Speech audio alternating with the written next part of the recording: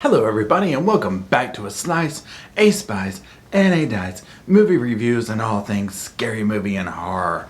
Now today, this is going to be a little bit of a shorter video, a different kind of video, but I saw this and I was like, I have to come talk to y'all about this. And so what we're talking about today is that iconic house from Nightmare on Elm Street series.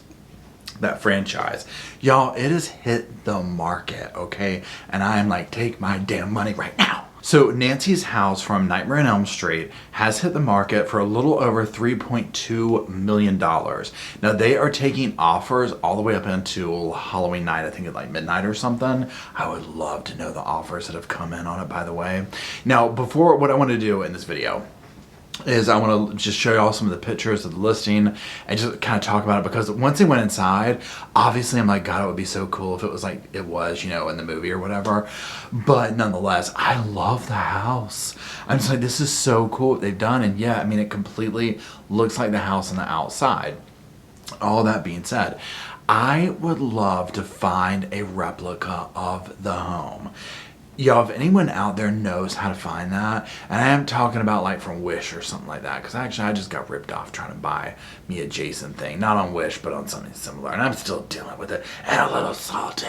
But I'm talking about like a true replica, and I don't know where you would get it. Maybe Etsy, I don't know. I'll look on there, but let me know if you have any ideas and let me know in the comment section.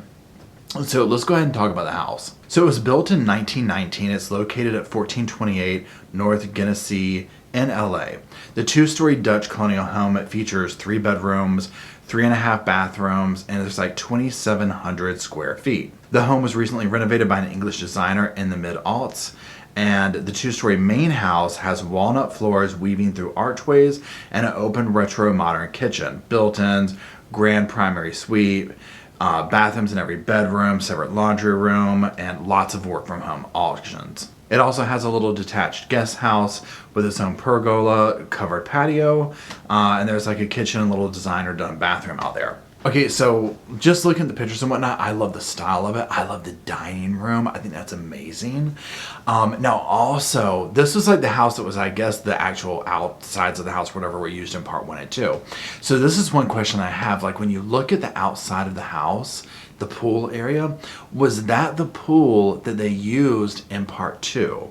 Now, remember that was like scandal because Freddy technically like broke his, you know, like whatever the rules were for that world, and he came out into the real world in that film, and it was like he wasn't really supposed to do that. And I actually remember when I saw the trailer for it or whatever, like it was coming out, and I was just like, oh wait, I didn't know Freddy could come out of your dreams and watch it. Y'all, I'm gonna do a whole thing on the Nightmare on Elm Street franchise because I got a lot to say about part 2. Okay, but I just wonder if that's the deal, if that's actual house. So like I said, I'm actually really surprised at how well, not surprised, but I mean, I just love the style of the home. And so that part's really cool. Now let's talk about what some of the former owners have said about the house. So back in 2013, Lorraine Scarfaria purchased the home, I think for like $2.3 million or something like that.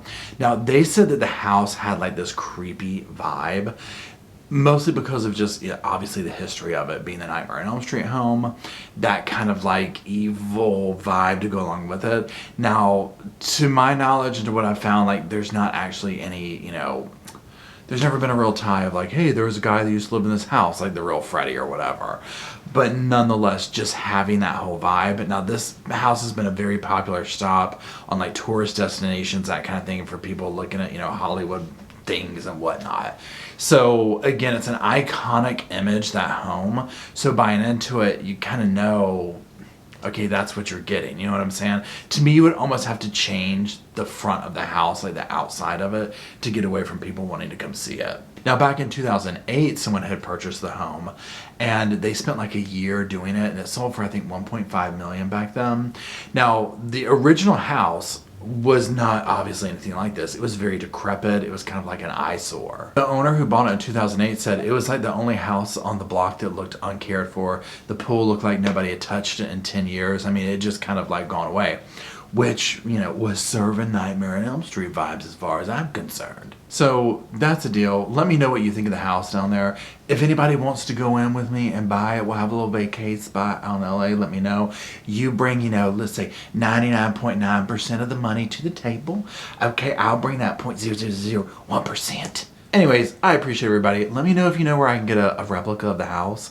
And that's it. I hope everybody's doing well. And until my next movie binge or a crazy listing, I'll see you back here on the sofa. See you then.